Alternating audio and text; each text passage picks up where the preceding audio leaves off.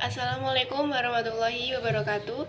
Perkenalkan, kami dari kelompok 3 ingin mempresentasikan hasil diskusi dari makalah kami yang berjudul Manajemen Keuangan dan Pembiayaan Pesantren.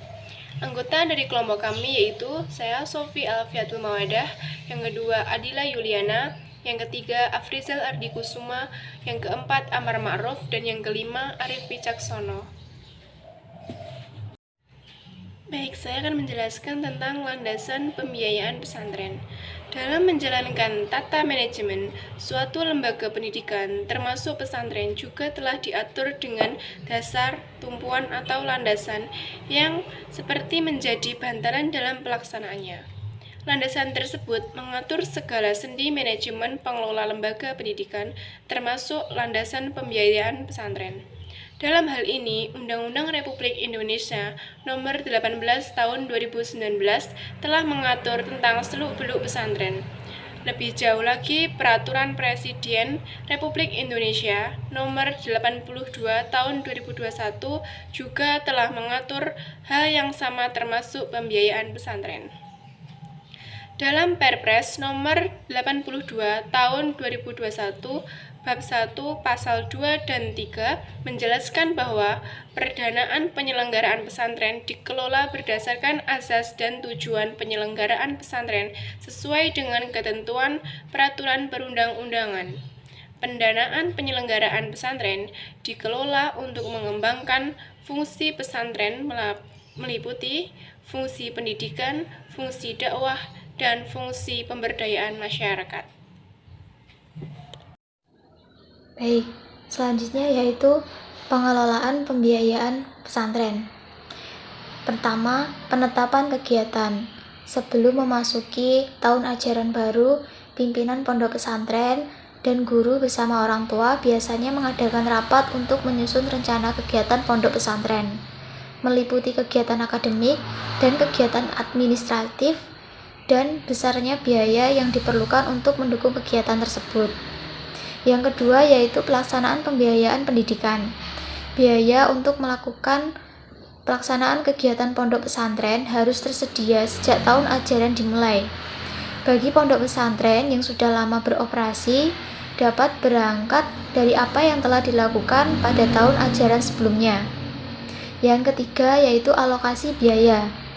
Alokasi biaya biasanya dibutuhkan untuk dapat membiayai biaya tersebut. Penetapan alokasi biaya dirancang untuk 3 catur wulan atau 1 tahun ajaran, sehingga jumlah biaya yang diperlukan tergambar dalam rencana tersebut. Antara alokasi biaya dan jenis kegiatan harus sama, yang merupakan gambaran dari semua kegiatan pondok pesantren yang dilakukan pula tahun ajaran berjalan. Yang keempat yaitu penentuan dan pemilihan sumber dana. Pondok pesantren favorit selalu menjadi incaran pilihan masyarakat, dan pondok pesantren seperti ini memperoleh dukungan masyarakat secara nyata. Di sisi lain, ada pondok pesantren mengalami kesulitan uang untuk mengembangkan pondok pesantren. Baik, di sini saya akan melanjutkan materi yaitu prioritas pembiayaan. Rencana kegiatan pondok pesantren yang disusun sebelum memasuki tahun ajaran baru dalam pelaksanaannya perlu bersifat luas terhadap kondisi aktual yang berkembang dan dialami pondok pesantren pada saat tertentu. Kemudian asas efektivitas dan efisiensi. Dalam kondisi perekonomian masyarakat yang semakin sulit dan persaingan yang semakin ketat, pimpinan pondok pesantren dan juga ustadz harus dapat menggunakan biaya pendidikan sehemat mungkin dengan hasil yang sebaik mungkin. Kemudian evaluasi penggunaan biaya pendidikan. Pelaksanaan evaluasi pada dasarnya untuk mengetahui apakah pelaksanaan kegiatan di pondok pesantren sudah sesuai dengan rencana yang ditetapkan. Hal ini perlu dilakukan agar pelaksanaan program kegiatan sesuai dengan perencanaan yang telah disusun sebelumnya. Kemudian pertanggungjawaban pembiayaan. Pertanggungjawaban tersebut menjadi bentuk dari transparansi pengelolaan keuangan.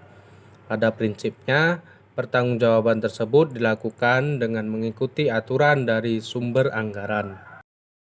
Baik, slide selanjutnya yaitu sumber-sumber pembiayaan pesantren. Pengeluaran operasional revenue expenditure yaitu pengeluaran yang dilakukan untuk semua kegiatan yang mendukung proses kegiatan mengajar.